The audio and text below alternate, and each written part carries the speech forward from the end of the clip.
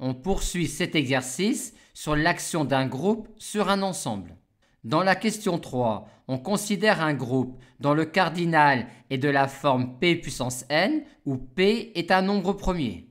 Et on note fixe grand X, l'ensemble des éléments petit x de grand X, pour lesquels leur classe d'équivalence se résume au singleton petit x.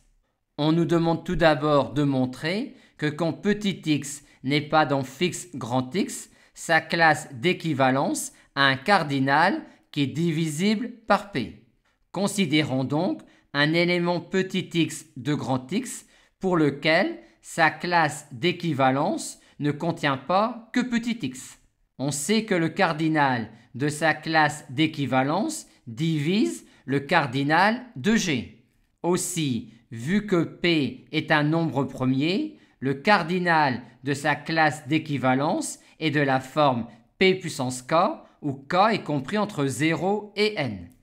Et comme le cardinal de la classe d'équivalence de X n'est pas 1, vu que X n'appartient pas à fixe X, on en déduit finalement que le cardinal de la classe d'équivalence de X est de la forme P puissance K avec un K compris entre 1 et n, ce qui démontre bien qu'il est divisible par P.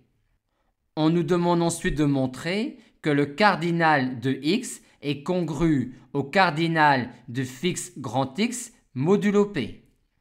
L'ensemble grand X est réunion disjointe de ses classes d'équivalence. Aussi, son cardinal est-il celui de la somme des cardinaux de ses classes d'équivalence.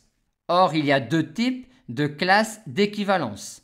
Si X n'appartient pas à fixe de grand X, la classe d'équivalence de X a un cardinal qui est divisible par P.